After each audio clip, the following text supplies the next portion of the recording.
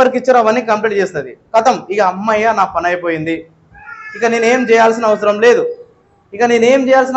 అయిపోయింది ఇక అని చెప్పేసి టోటల్గా అన్ని వర్క్స్ పక్క పెట్టేసి ఆమె కంఫర్ట్ జోన్లో ఉంటుంది. కంఫర్ట్ జోన్ అంటే నేను నేర్చుకున్నది చాలు, ఇక నాకు సరిపోయింది, ఇక అవసరం లేదు అని కంఫర్ట్ జోన్లో కూర్చుంటుంది. ఎప్పుడైతే ఒక మనిషి కంఫర్ట్ జోన్లో కూర్చుంటాడో వాడు ఆ క్షణమే చచ్చిపోయినట్టు లెక్క.